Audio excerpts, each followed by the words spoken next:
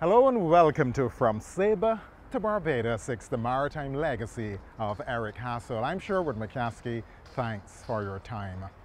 Last week's program was set in the northeastern Caribbean island of Saba with a sense of purpose. Historians Dr. Henderson Carter, Dr. Tara Ennis, along with Richard Goddard and Mrs. Shirley Chatterton, the daughter of Captain Peace, together they laid the foundation on which this series is built.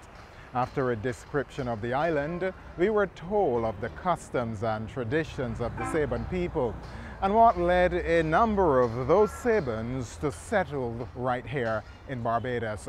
They arrive here at this point, the Carinage, and it is from here where Dr. Henderson Carter is standing by to join the discussion.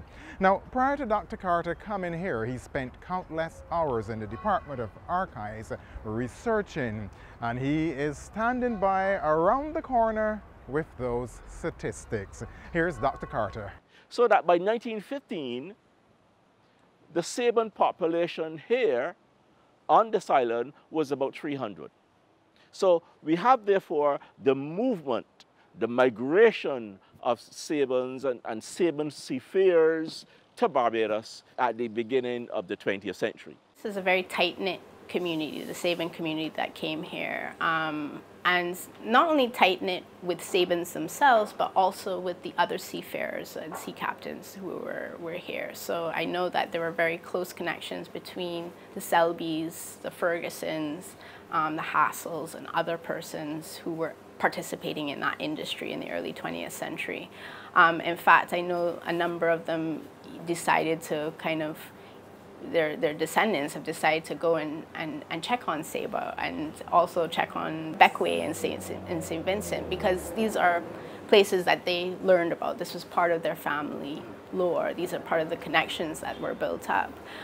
In terms of the geographic spaces, so Fontebelle and Belleville are well-to-do suburbs of Bridgetown that evolved in the late 19th century. They are segregated spatially. So even though we know that the Hassells settled in Belleville, they didn't necessarily settle in the largest houses available in Belleville. From my understanding, they settled in George Street, which was quite some smaller homes that were not as large and spacious and I guess expensive as some of the other homes in Belleville. The Averys were one that lived by the church in Belleville. So, and seminary for school was there. And Averys, the Sevens, the Best Sevens, and Reverend Sevens, and Love Rocks. I remember lots of hawkers would always be passing with trays. Especially was intriguing to me was the sound of ball starch. Ball starch. And I was like, what? So she would put her tray down. It would be starch made into balls. She'd have a nice white linen cloth covering it. She would put it on the top step of the front step. And my aunts would come out and buy some starch.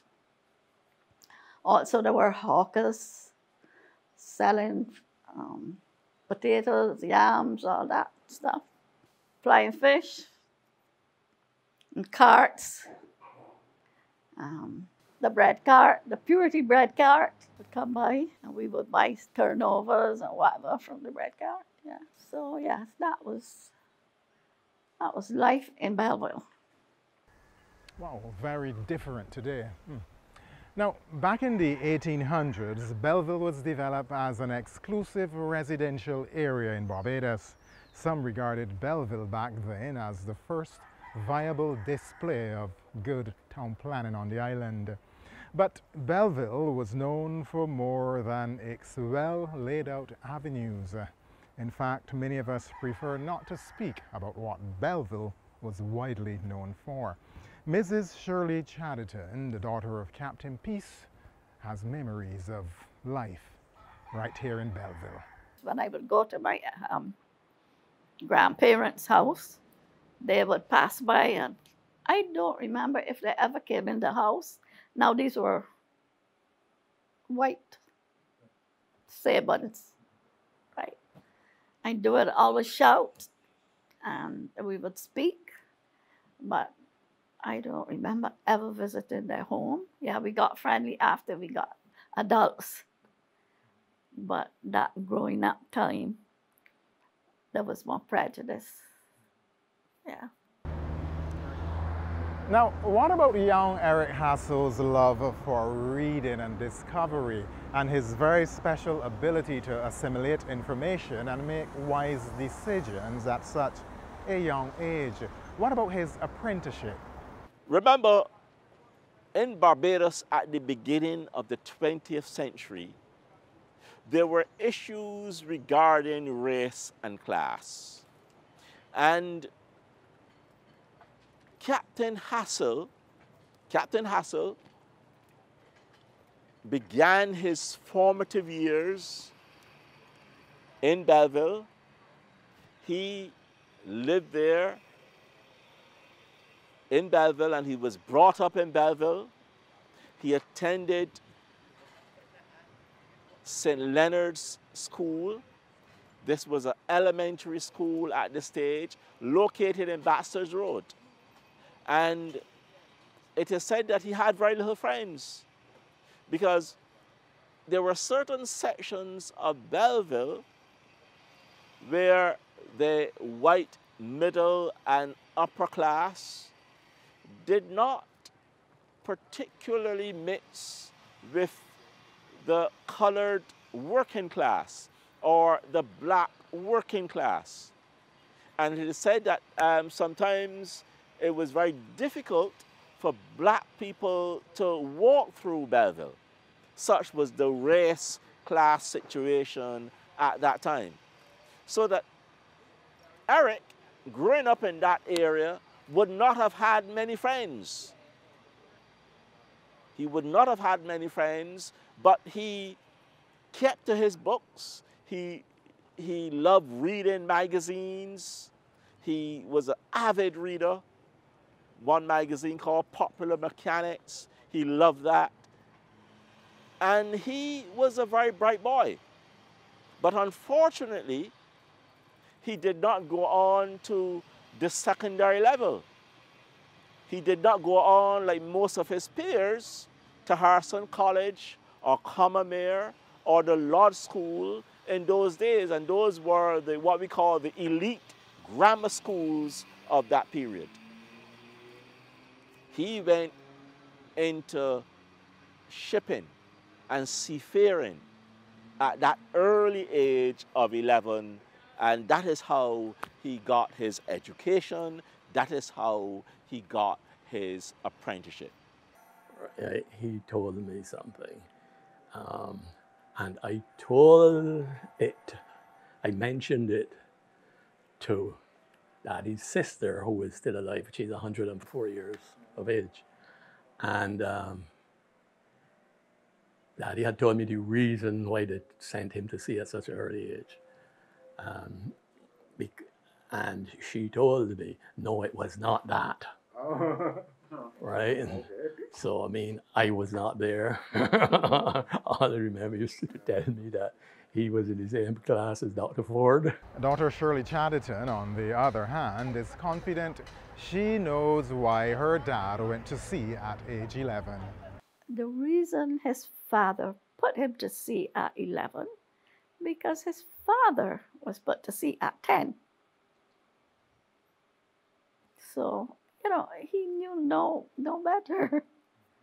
So, I think he should have, knowing that, at least forgiven him. But he never forgave him. But he learned himself at sea. He was widely read.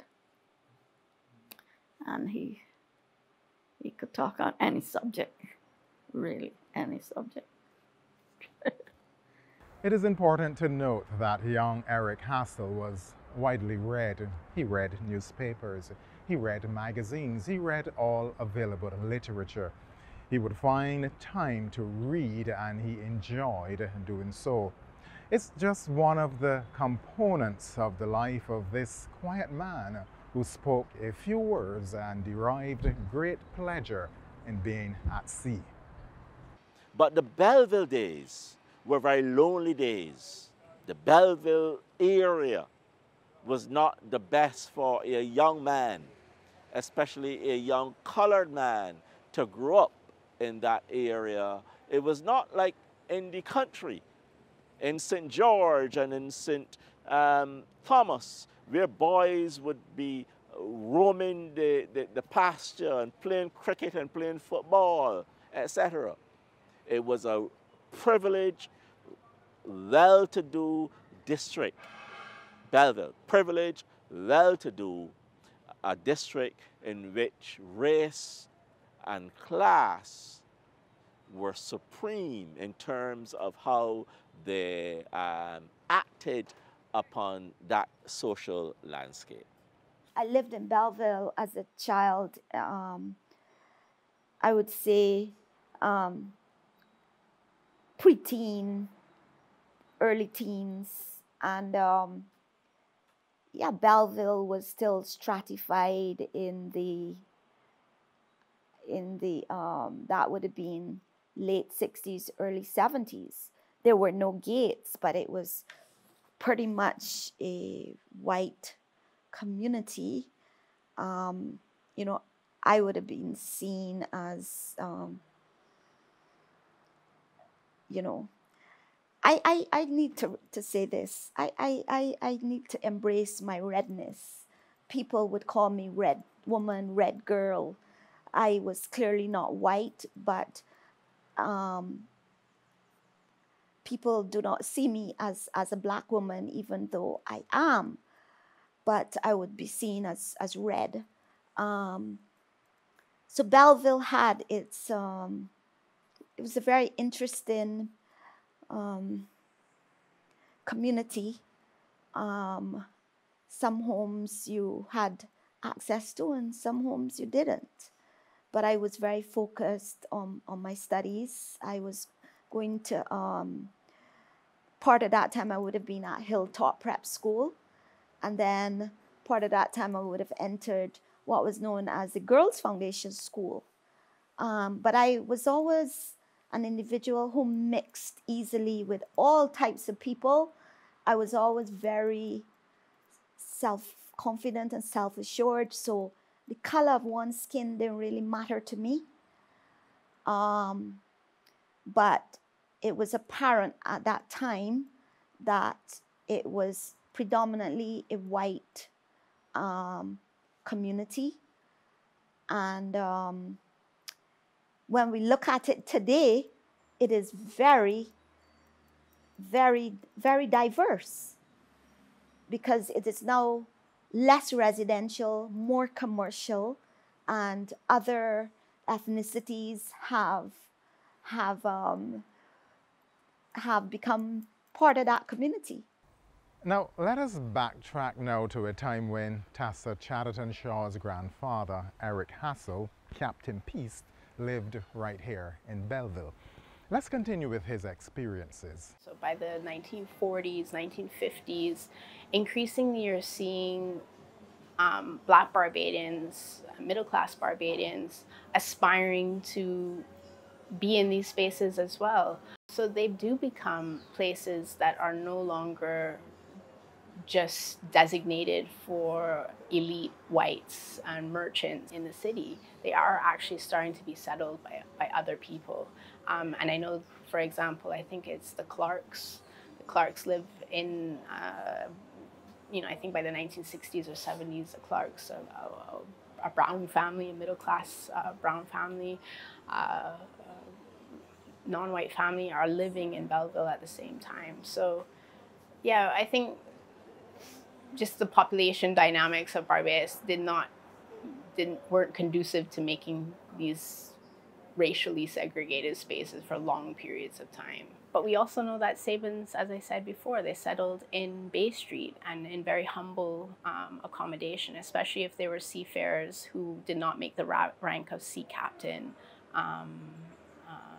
or own ships. These are people who are mingling with, again, with Barbadians who are participating in the same kinds of occupations in the maritime industry. And with that came a number of associated jobs. For example, there was a need to construct the vessels to transport the cargo across the seas. Another aspect of that maritime industry was boat building around the west coast of Barbados. For example, at Old Town, schooners were built there. So not all of the schooners were imported from Canada and USA, but some schooners were built at Old Town. For example, the Innovantapool was built at Spicetown, and the Florence M. Douglas, a 105-foot schooner, was also built at Old Town. So we have a culture of boat building in Barbados. But there's also a culture of boat repair in Barbados. And that is why we are here at the famous and the historic Blackwoods Screw Dock. This dry dock, or this dock I should say, this was a very important repair center for many schooners. So schooners would come into this area, the engines would start, and they would turn these crews. The ships and the schooners would be lifted up out of the water, and carpenters and repairmen would scrub the ship.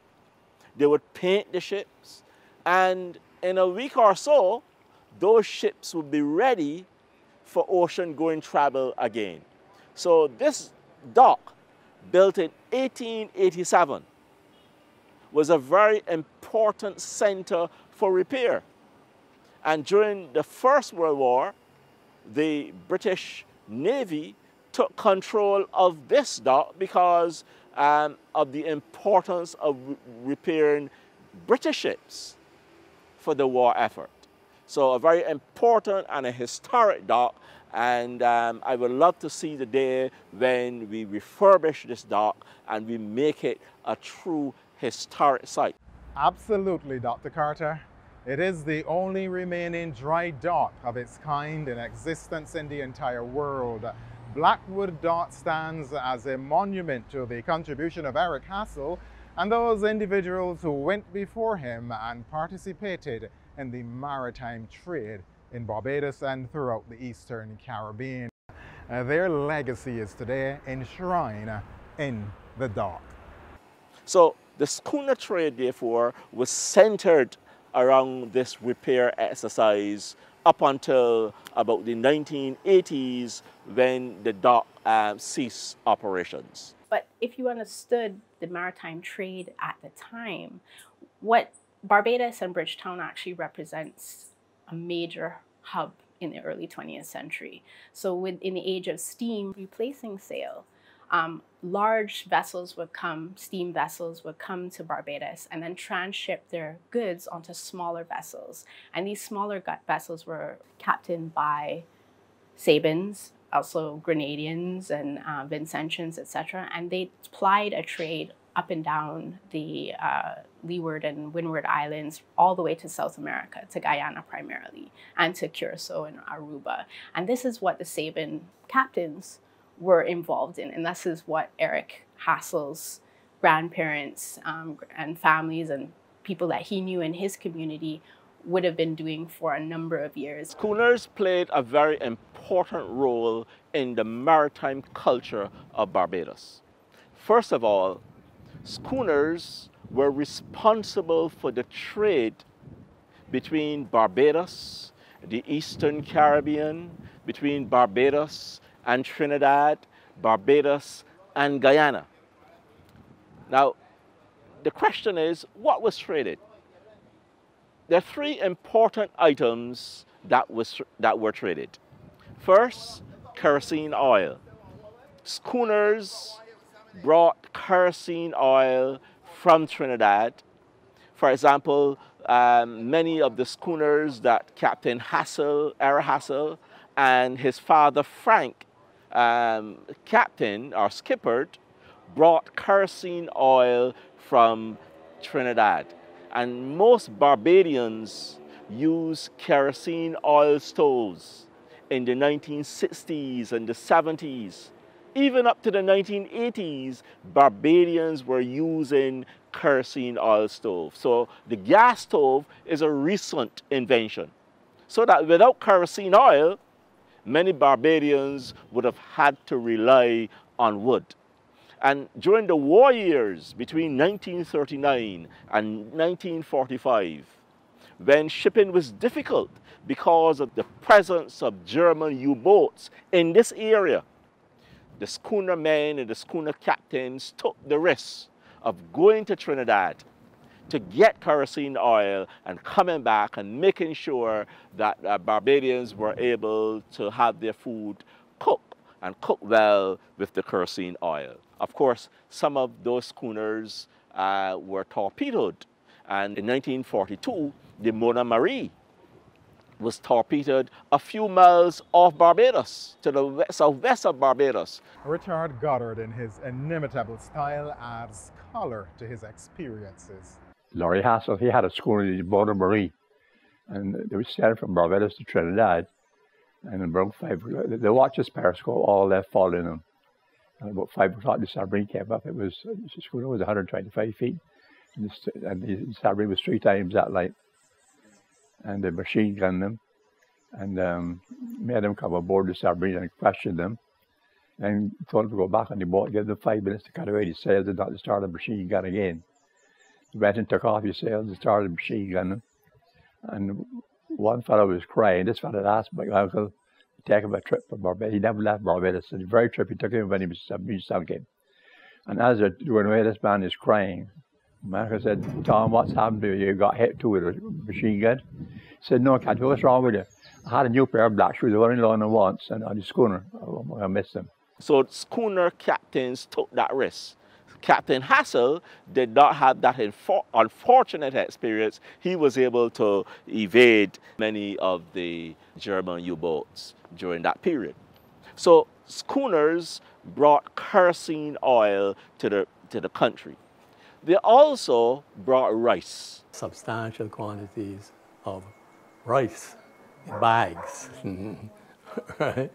Like 2,000 or 3,000 bags of rice. Most of the rice that we consumed, especially during the war years, came from Guyana. And even after the war years, when Captain Hassell used the motorboat, the zipper, rice from British Guyana to Barbados, a very important commodity for Barbadian households. But besides rice and kerosene oil, schooner captains also brought lumber. And that lumber was offloaded up until the 1960s up on the wharf side. So we talk about pitch pine from Guyana. Cargoes from Barbados to Guyana and back. Charcoal. We used to have charcoal on the deck. The rice to the bottom. And poles and posts are then chopped up for like firewood and whatnot that people used to use because they didn't have all the electricity in those days. And that lumber was used to construct many of the chattel houses on this island. It is true now that we have a lot of stone houses being erected, but in the 1950s and 60s, many Barbadians had chattel houses. And even going back earlier to the 19th century, the predominant house for working class Barbadians was the chattel house. And the schooner captains brought that lumber to Barbados and played a very important role. Quite an interesting observation. Lumber brought over to Barbados from Guyana to construct our chattel houses. Now, what about recreation and transportation? Before the advent of a regional airline, there was the schooner that facilitated the safe passage of people and cargo from Barbados to other islands in the Caribbean island chain.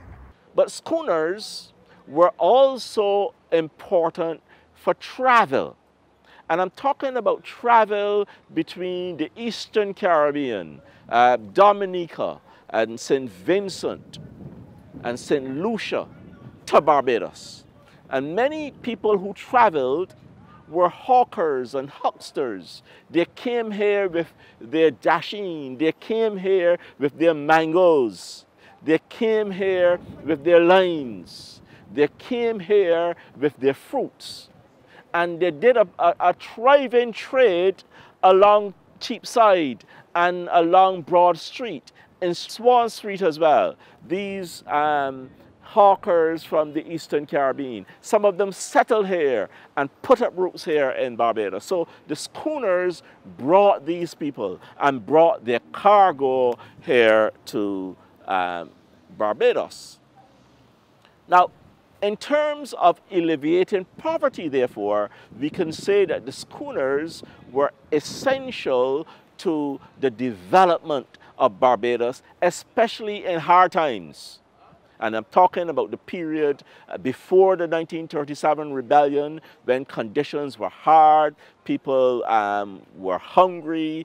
The schooner men played an important role. It is said that throughout the Eastern Caribbean, schooners would call at the ports, and there were people who would come out of the hills and come out of their areas, and they would bring their sheep and their goat to be traded in places like Trinidad and British Guyana. And the schooner captains would take on these animals on board, for trade, and of course when they get back to the islands, they compensated the persons who produced the animals. So schooner traffic was important, therefore. Well, thank you, Dr. Carter. All of the records indicate that it was important indeed. Well, that brings us to the end of this, the second program in the current series of From Saba to Barbados, the maritime legacy of Captain Eric Hassell. I'm Sherwood McCaskey. As always, thanks for your time. I look forward to having you with me again next week. Until then, Nix, goodbye for now.